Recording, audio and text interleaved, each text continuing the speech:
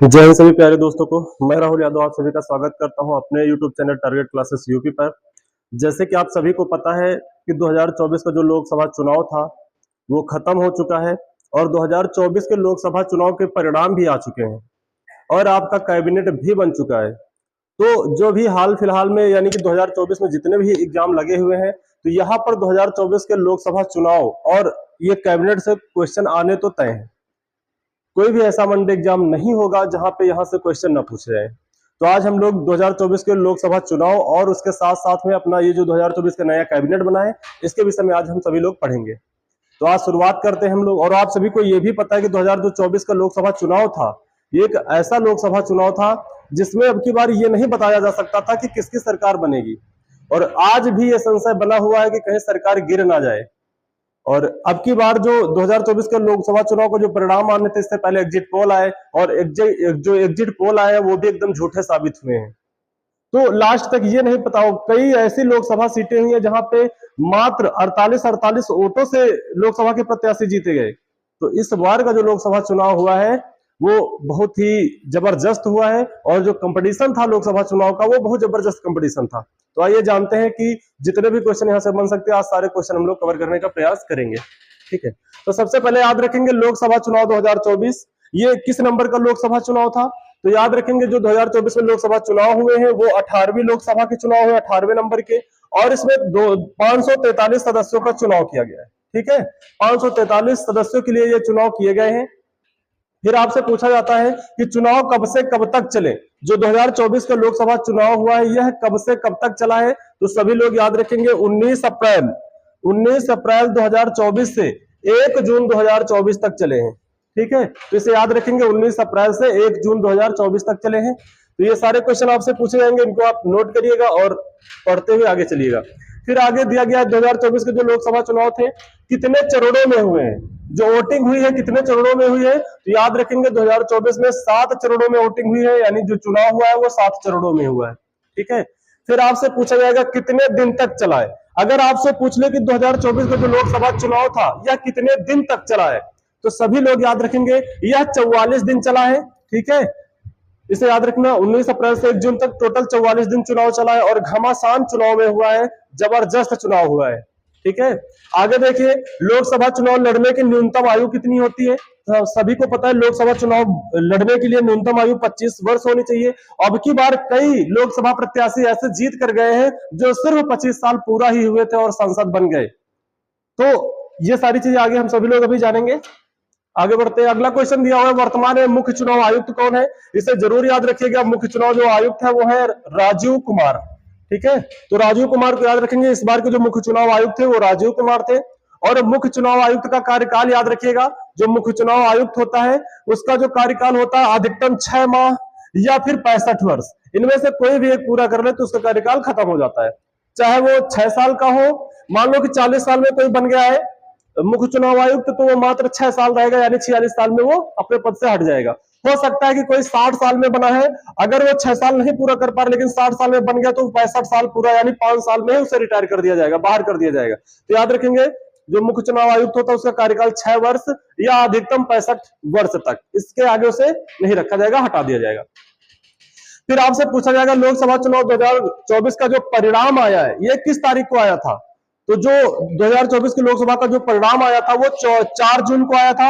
आप सभी को पता है, इसे याद रखिएगा और नोट कर लीजिएगा। ठीक है, इसके सामने आपके सामने दिया गया अगला क्वेश्चन, बीजेपी कितनी सीटें जीती। जो 2024 यानी कि एनडीए अलायंस की जो सरकार बनी है तो उसमें जो सबसे बड़ी पार्टी है बीजेपी, भारतीय जनता पार्टी, तो अब की बार जो है उसने अपने दम पर कितने सीटें जीत कर लाई है। तो याद रखेंगे 240 सीटें, जबकि हमें पूर्ण बहुमत के लिए कितनी चाहिए, 272 सीटें चाहिए। पूर्ण बहुमत सरकार बनाने के लिए 272 सीटें चाहिए, जिसमें बीजेपी ने सिर्फ 240 सीटें ही जीत पाई। और अब की बार जो हमारे मोदी जी का यानी हमारे प्रधानमंत्री जी का जो नारा था अब की बार 400 पार, तो वो अब की बार वो नारा भी उनका क्या हुआ है, फ्लॉप हो चुका है और इस नारे के मुताबिक जो है वो सीटें नहीं जीत पाए। फिर आगे दिया गया है जो इस बार जो बीजेपी की सबसे प्रतिद्वंदी पार्टी थी, सबसे ज्यादा जो बीजेपी को रोक रही थी, कांटे की टक्कर देने वाली पार्टी थी कांग्रेस, उसने कितनी सीटें जीती हैं। तो याद रखेंगे कांग्रेस इस बार मात्र 99 सीटें जीती है। ठीक है, फिर जो आते हैं आपके तीसरे नंबर पे जो पार्टी है समाजवादी पार्टी, जिसने सिर्फ यूपी में चुनाव लड़ा है। और समाजवादी भारत की तीसरे नंबर की पार्टी रही है लोकसभा चुनाव में, जिसने 37 सीटें जीती हैं, वो भी सिर्फ यूपी में। आप सभी को यूपी के जितने भी एग्जाम देने हैं तो आप सभी को पता होना चाहिए कि उत्तर प्रदेश में लोकसभा सीटें कितनी थी। तो आप सभी लोग बताएंगे उत्तर प्रदेश में लोकसभा सीटें कितनी थी। ठीक है, 80 थी, और उन 80 में से 37 जो है सिर्फ समाजवादी पार्टी ने जीता है। अगर पूछा जाए यूपी में भारतीय जनता पार्टी यानी बीजेपी ने कितना जीता है, तो यूपी में बीजेपी ने 33 सीटें जीती हैं और कांग्रेस ने 6 सीटें जीती हैं। तो ये यूपी का डाटा, यूपी वाले बच्चे जरूर याद रखेंगे। समाजवादी पार्टी यूपी में सबसे अधिक सीटें जीती है 37, भारतीय जनता पार्टी सिर्फ यूपी में 33 और कांग्रेस ने 6 सीटें जीती है, और कुछ सीटें अन्य दल भी ले गए हैं, तो इन्हें भी याद रखेंगे। हाँ, और जो चौथी पार्टी बनी है, भारत की चौथी पार्टी जो सीटें जीतने वाली है, टीएमसी यानी तृणमूल कांग्रेस, जो बंगाल की पार्टी है हमारी ममता दीदी जो है, ममता बनर्जी, उनकी पार्टी है। और ममता बनर्जी की जो पार्टी है तृणमूल कांग्रेस, इसने 29 सीटें जीती है लोकसभा चुनाव में, इसे भी याद रखेंगे। तो टॉप पे कौन है, तो टॉप पे हमारी भारतीय जनता पार्टी जिसने टोटल 240 सीटें, दूसरे नंबर पे कांग्रेस जिसने 99 सीटें, और तीसरे नंबर पे समाजवादी पार्टी जिसने 37 सीटें, और चौथे नंबर पे तृणमूल कांग्रेस जिसने 29 सीटें दर्ज कर जीतकर अपने जो है चौथे नंबर पे जीत हासिल की है। तो ये सारी चीजें याद रखेंगे। हम लोग बढ़ते हैं आगे। आगे है, आपसे पूछा जाएगा कि जो कौन सा अनुच्छेद है जो निर्वाचन आयोग से संबंधित है, तो इसे सभी लोग याद रखेंगे कि कौन सा जो है अनुच्छेद है जो चुनाव आयोग से संबंधित है। तो सभी लोग याद रखेंगे अनुच्छेद 324 जो है यह चुनाव आयोग से संबंधित है। इसके विषय में हम लोग फिर आगे पढ़ेंगे। फिर सबसे जो महत्वपूर्ण क्वेश्चन है, इस बार तो बहुत ज्यादा मुद्दा नहीं बना है, लेकिन इससे पहले चाहे वो विधानसभा चुनाव रहे हो, चाहे 2019 का जो लोकसभा चुनाव रहा हो, ईवीएम, जैसे ही भारतीय जनता पार्टी की सरकार बनती है, जितना भी विपक्ष होता है बस एक ही रोना रोता है, ईवीएम हैक हुई है, ईवीएम से फर्जी वोटिंग हुई है। तो आप सभी लोग बताएंगे जो ईवीएम है इसका फुल फॉर्म क्या होता है। ठीक है, तो आप सभी लोग बताएंगे ईवीएम का जो फुल फॉर्म होता है, इसे याद रखेंगे, इलेक्ट्रॉनिक वोटिंग मशीन। ठीक है, इसे याद रखेंगे, ईवीएम का जो फुल फॉर्म होता है इलेक्ट्रॉनिक वोटिंग मशीन, इसे याद रखना। फिर एक क्वेश्चन आपसे पूछा जाएगा, जो हमारी ईवीएम है, ईवीएम का प्रयोग सबसे पहले भारत में कब किया गया और कहां पर किया गया, तो इसे याद रखेंगे। जो ईवीएम है इसका प्रयोग सबसे पहले भारत में जो है केरल में किया गया था, 1982 में किया गया था, इसे याद रखना। ईवीएम का प्रयोग सबसे पहले भारत में केरल में 1982 में किया गया था, जब आप सभी का जन्म अभी नहीं हुआ था, तब ईवीएम का प्रयोग भारत में हो चुका था। बढ़ते हैं आगे अगले क्वेश्चन की ओर।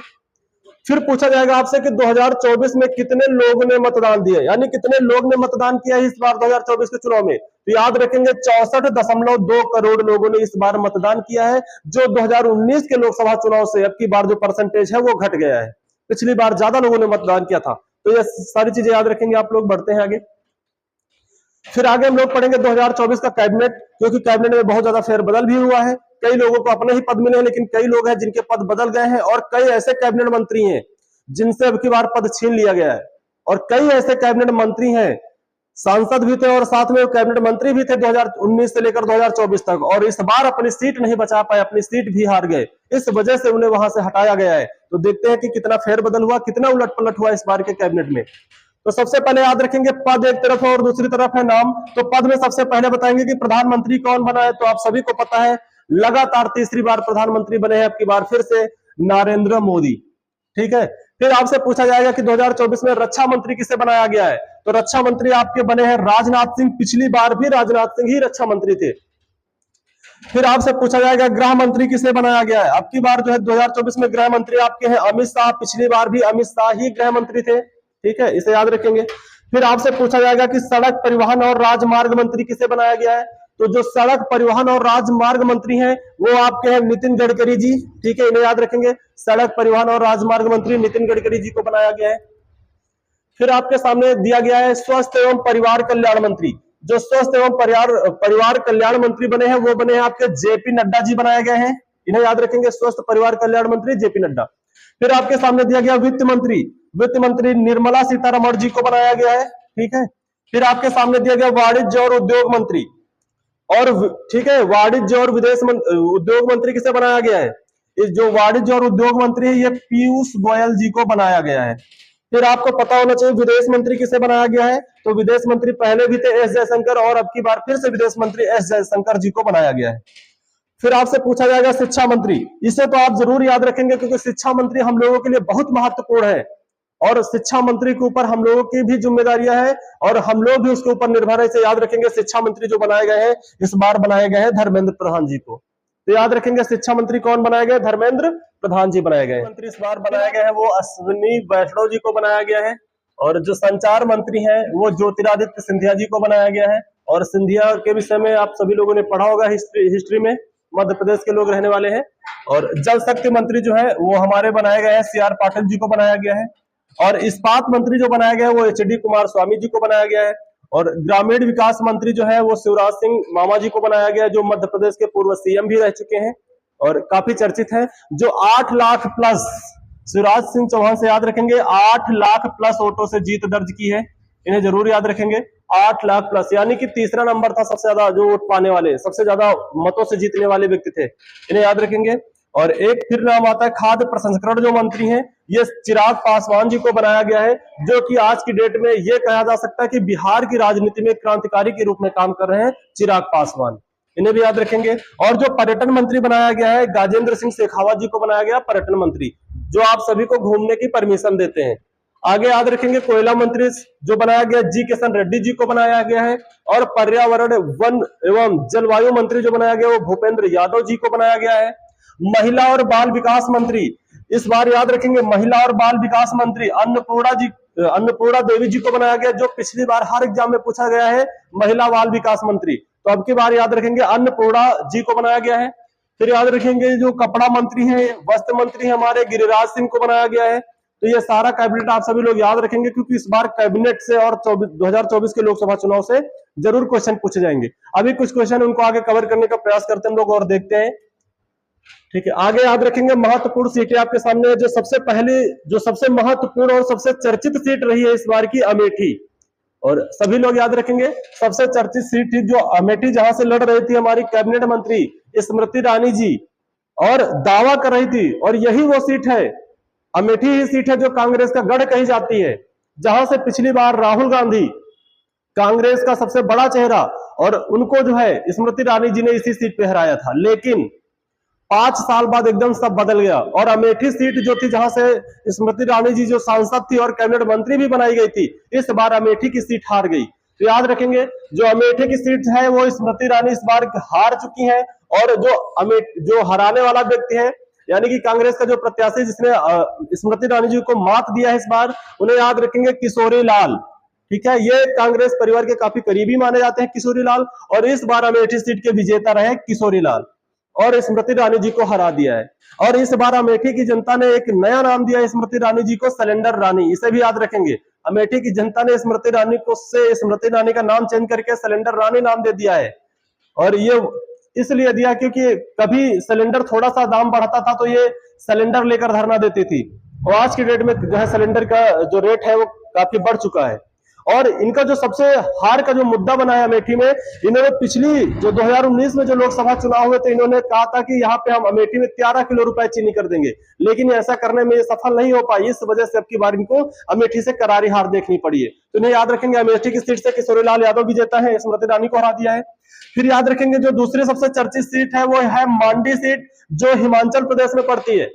तो इसे याद रखेंगे, मांडी सीट जो हिमाचल प्रदेश में, यहां से लड़ रही थी हमारी अभिनेत्री कंगना रनौत जी लड़ रही थी, और बढ़िया सा जीत यानी विजेता भी बनी है, अच्छी जीत भी दर्ज किया है। तो इसे याद रखेंगे कि मांडी सीट से कौन जीता, कंगना रनौत जी जीती है। और यहां से जो सबसे महत्वपूर्ण क्वेश्चन है जो पूछा जाएगा आपसे, भारत का सबसे ऊंचा, याद रखेंगे भारत का सबसे ऊंचा पोलिंग बूथ, यानी कि जो सबसे ऊंचाई पर पोलिंग बूथ बनाया गया, लोगों को ऊपर चढ़ के जाना पड़ता था वोट डालने के लिए, तो भारत का सबसे जो ऊंचा पोलिंग बूथ था वो था तासी गोंग, ठीक है। याद रखेंगे तासी गोंग, जो मंडी लोकसभा के ही अंदर आता है, जहां से कंगना रनौत जी सांसद है। तो याद रखेंगे मांडी से कौन सांसद है, कंगना रनौत जी हैं। और यही सबसे यहाँ पे एक है जो पोलिंग बूथ था जिसका नाम था तासी गोंग, ये मांडी लोकसभा के अंदर आता है, और ये भारत का सबसे ऊंचा पोलिंग बूथ था इस बार का, इसे भी याद रखेंगे। बढ़ते हम लोग आगे। फिर जो सीट है आपकी वाराणसी, जहां से हमारे प्रधानमंत्री नरेंद्र मोदी जी लगातार दूसरी या तीसरी बार वहां से जो है लोकसभा प्रत्याशी जीत कर गए हैं और फिर अब की बार जीते हैं, 1.5 लाख के आसपास वोटों से जीते हैं। फिर एक सीट है जो गांधीनगर सीट है, जहां से अमित शाह जीत कर गए, इन्हें याद रखेंगे, गृह मंत्री जो बने हैं अमित शाह, ठीक ठाक वोटों से भी जीते थे ये।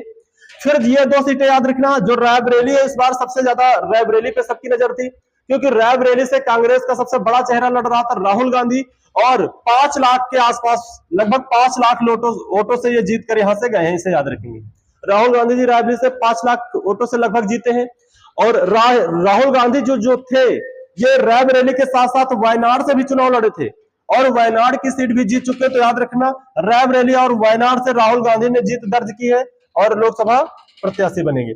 फिर याद रखेंगे अयोध्या, यह सबसे महत्वपूर्ण सीट है इस बार की। चुनाव के पहले तो बहुत ज्यादा चर्चा में नहीं थी, क्योंकि चर्चा में तो थी, लेकिन वो ये था कि ये बीजेपी की सीट है, भारतीय जनता पार्टी की सीट है, क्योंकि यहाँ पर भगवान राम का एक भव्य मंदिर का निर्माण करवाया गया है और इसी राम मंदिर के नाम पर बीजेपी जो है अब की बार, यानी कि लगातार चुनाव लड़ रही थी, पूरे भारत में इसी राम मंदिर के नाम पे वोट मांग रही थी, राम मंदिर का सहयोग ले रही थी चुनाव में, और यही सीट भाजपा हार गई। इस वजह से भाजपा का जो चेहरा है वो बहुत शर्मसार है कि अयोध्या की ही सीट भाजपा हार गई है। और अयोध्या की जो सीट जीते हैं उनका नाम है अवधेश, ये समाजवादी पार्टी से, इन्हें याद रखेंगे। जो अयोध्या की सीट जीता है समाजवादी प्रत्याशी, समाजवादी पार्टी के प्रत्याशी अवधेश जी ने जीता है और बीजेपी को यहाँ पे करारी हार देखने को मिली। फिर एक सीट याद रखेंगे नगीना।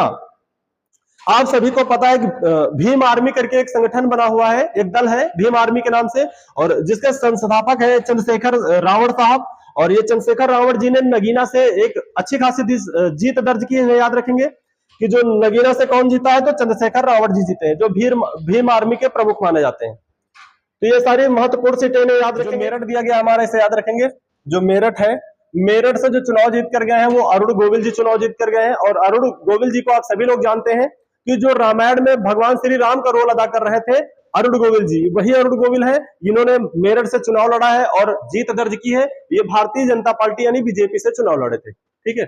आगे देखिएगा इटावा, मैनपुरी दिया गया आपके सामने, और मैनपुरी से जो जीत कर गई है वो डिंपल भाभी है। और डिंपल भाभी को आप सभी लोग जानते हैं, डिंपल यादव जी, डिंपल भाभी लिखा हुआ, और डिंपल भाभी आपकी भी भाभी, हम सब की भाभी है। कौन? डिंपल भाभी। और इन्होंने इटावा मैनपुरी से जो है चुनाव जीता है और जीत दर्ज की है और सांसद बनी है, तो इन्हें याद रखेंगे। और जो डिंपल जी है, इनका जो व्यवहार है बहुत ही सरल स्वभाव है और राजनीतिक कैरियर में भी कोई दाग नहीं है, और एक विनम्रता है इनकी भाषा में, एक मिठास है इनकी भाषा में, तो इनका जो राजनीतिक कैरियर है वो बहुत अच्छा है। बाकी आप सभी लोग जानते हैं, बढ़ते हैं आगे। जो लखनऊ है, लखनऊ से हमारे रक्षा मंत्री राजनाथ सिंह जीत कर गए हैं चुनाव और रक्षा मंत्री बने हैं, इन्हें याद रखेंगे। विदिशा सीट बहुत महत्वपूर्ण है, जहां से हमारे शिवराज सिंह चौहान जी जीते, शिवराज सिंह मामा, जो मध्य प्रदेश के पूर्व सीएम भी रह चुके हैं, ठीक है, इन्हें याद रखेंगे। और जो मध्य प्रदेश में मामा के नाम से विख्यात हैं, इन्हें याद रखेंगे। और ये शिवराज सिंह मामा जी जो है ये विदिशा से चुनाव जीते हैं और एक अच्छी खासी जीत दर्ज की, 8 लाख प्लस वोटों से इन्होंने जीत दर्ज की है, इसे याद रखेंगे। फिर एक शहर हमारा इंदौर आप सभी लोग जानते हैं रिकॉर्ड के ऊपर रिकॉर्ड बना रहा है। आप सभी लोगों को पता है लगातार 5वीं बार सबसे स्वच्छ जो है शहर घोषित हुआ है, इसे याद रखेंगे इंदौर को। और इस बार इसने एक और नया रिकॉर्ड बना दिया है, शंकर लाल वाड़ी जी यहां से चुनाव लड़े हैं और शंकर लाल वाड़ी जी को जो है 11,75,000 मतों से विजयी बनाकर जो है इंदौर के लोगों ने भेजा है और ये इतिहास में भी नाम दर्ज हो चुका है, इसे याद रखेंगे। 2024 के लोकसभा चुनाव में सर्वाधिक वोटों से जीतने वाले सांसद बन चुके हैं शंकर लाल वाड़ी जी। तो याद रखेंगे, आपसे पूछा जाएगा कि 2024 के लोकसभा चुनाव में सबसे अधिक मतों से कौन जीता था, तो उन्हें याद रखेंगे शंकर लाल वाड़ी। कहां से चुनाव लड़े थे? इंदौर से। कितनी वोटों से जीते थे? 11,75,000 वोटों से जीत इन्होंने दर्ज की थी, इसे सभी लोग याद रखेंगे। आगे देखते हैं, कुछ महत्वपूर्ण क्वेश्चन है, इनको जरूर याद रखेंगे। आपके सामने महत्वपूर्ण क्वेश्चन दिया गया, 2024 लोकसभा चुनाव की टैग लाइन क्या रही है? ये यहां से बहुत ज्यादा पूछा जाता है, टैग लाइन क्या रही है, तो आप सभी लोग बताएंगे। जो टैग लाइन है वो चुनाव का पर्व 2024 की जो थी, चुनाव का पर्व देश का पर्व, इसे याद रखेंगे। चुनाव का पर्व देश का पर्व, ये इस बार की जो है 2024 की टैग लाइन रही है। फिर आपके सामने दिया गया, सबसे कम उम्र में सांसद बनने वाले व्यक्ति कौन है? सबसे कम उम्र में, इसे जरूर याद रखेंगे। ये सबसे कम उम्र में सांसद बने हैं और एक पहले एक सांसद थी उड़ीसा से, वो 25 साल 11 महीने में सांसद बनी थी, लेकिन ये उनसे भी कम उम्र में उनका रिकॉर्ड तोड़ दिया आपकी बार। तो इनका नाम याद रखेंगे। सबसे कम उम्र में सांसद बनने वाले व्यक्ति कौन है? पुष्पेंद्र सरोज, इन्हें याद रखेंगे। पुष्पेंद्र सरोज जी जो है ये 25 साल 3 महीना 3 दिन में सांसद बन चुके हैं। ये कह सकते हैं कि इनकी एज पूरा हुई 25 साल और तुरंत ये सांसदी का चुनाव लड़ गए और पहली बार ही जीत दर्ज की है। तो इन्हें याद रखेंगे। सबसे कम उम्र में सांसद बनने वाले व्यक्ति कौन है? तो याद रखेंगे पुष्पेंद्र सरोज जी हैं, जो 25 साल 3 महीना 3 दिन में ये सांसद बन चुके हैं। याद रखेंगे ये कौशाम्बी के सीट से शायद चुनाव लड़े थे, इसे भी याद रखेंगे। फिर जो एक फेमस चेहरा, इसे याद रखेंगे, प्रिया सरोज। अभी आपने पढ़ा पुष्पेंद्र सरोज जी ने एक नया रिकॉर्ड बनाया है, वहीं पर एक नाम है प्रिया सरोज, इन्हें याद रखेंगे। प्रिया सरोज भी पहली बार चुनाव लड़ी है और 25 साल 7 महीने में इन्होंने जो है सांसद बन चुकी हैं। तो ये दोनों चेहरों को याद रखेंगे। पुष्पेंद्र सरोज जी जो है ये 25 साल 3 महीने 3 दिन में सांसद बन चुके हैं और प्रिया सरोज जो है ये 25 साल 7 महीने में सांसद बन चुकी हैं। ये दोनों इस बार के सबसे कम उम्र में सांसद बनने वाले दोनों चेहरा है। और सबसे बड़ी बात है कि इनका नाम है पुष्पेंद्र सरोज और इनका नाम है प्रिया सरोज। तो दोनों सरोज ने इस बार सबसे कम उम्र में जो है सांसद बनने का रिकॉर्ड बना दिया है, इन्हें याद रखेंगे। और जो प्रिया सरोज है इन्हें याद रखेंगे, ये हाई कोर्ट की शायद वकील भी है। और ये प्रिया सरोज जो है समाजवादी पार्टी से प्रिया सरोज और पुष्पेंद्र सरोज दोनों लोगों ने समाजवादी पार्टी से ये जीत दर्ज की है, ये भी एक रिकॉर्ड है। और प्रिया सरोज जो है ये मछली शहर से जो है सांसद बनी है, याद रखेंगे, मछली शहर से सांसद बनी है। और मछली शहर से समाजवादी पार्टी की जो विधायिका है उनका भी नाम है रागिनी सोनकर, इनको भी याद रखेंगे, वो भी काफी चर्चित चेहरा है, तो इन्हें याद रखेंगे। और आज के लिए बस इतना ही। और हमने पूरा 2024 का लोकसभा चुनाव और पूरा कैबिनेट जो आपकी बार बना है 2024 में, इसको कवर करने का पूरा प्रयास किया है। और इस वीडियो को और जितने भी इसमें क्वेश्चन बताए गए सारे क्वेश्चन आप नोट्स बना के रख लीजिए। इस बार हर वनडे एग्जाम में 2024 में आप कोई भी एग्जाम देंगे यहां से क्वेश्चन आने ही आने हैं। तो ठीक है, आज के लिए बस इतना ही। जय हिंद, जय भारत।